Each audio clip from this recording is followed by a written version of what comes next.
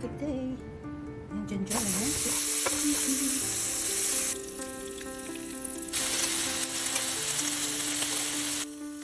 Ang ating sarap na breakfast.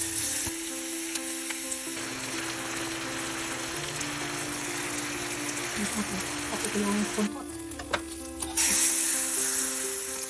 Ito yung asin. Squid. Dalamay.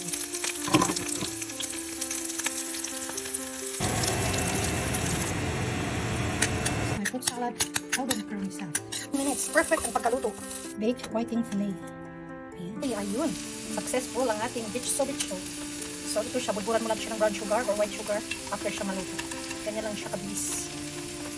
Kasi ang unang bitso na alam ko, kasi dati sa amin madami nagtitinda ng ganito, lalo na yung mga maraming tanim na kasawa. So most of the time ang bitso sa amin sa Cebu ay gawa sa kasawa. So ito na nga yun.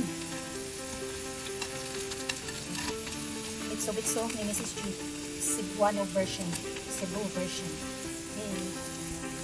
You. Happy birthday to you.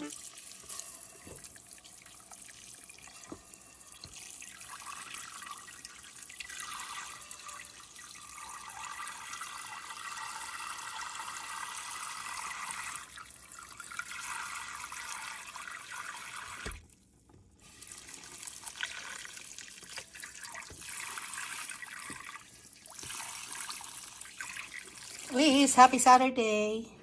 For today's video ay magluluto na naman ako ng pinangat or inununan.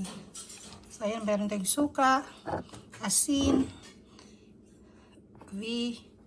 E-V-O-O, paminta, at saka tubig. So ito na ang ating isda. Tulingan na frozen galing sa Filipino store. Dagdag na natin ang bawang, luya, mga sili, and then konting mantika, suka,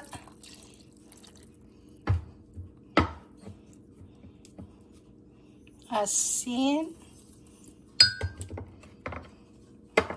paminta.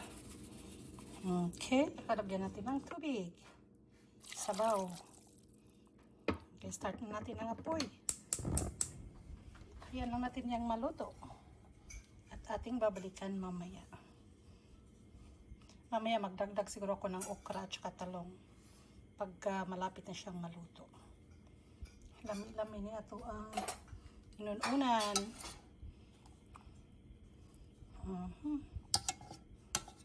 Pagkulo siya, hinana ang apoy para mas siya, mas slow cooked. Ayan, lovelies, kumulo na ang ating lumay. Nagdagdag pala ako ng sibuyas.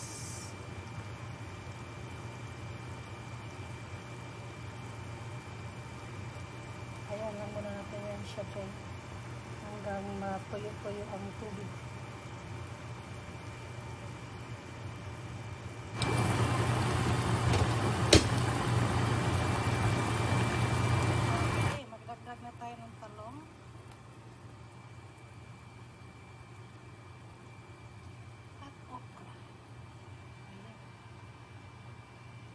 Ulit hanggang sa maluto ang gulay.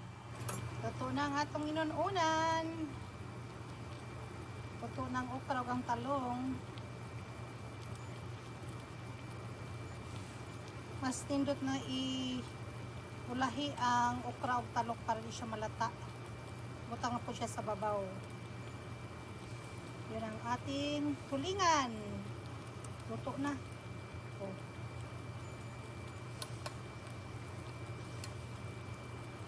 Ang tawag gani sa uban kay bonito. Amot kanong na bonito ni. Samuha sa Cebu kay tulingan or barilis. Basta dako na tulingan is barilis. Pero sa English term, it's skipjack.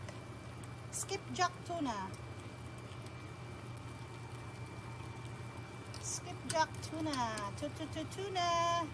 Paboritong kanta sa akong bana. Tuna.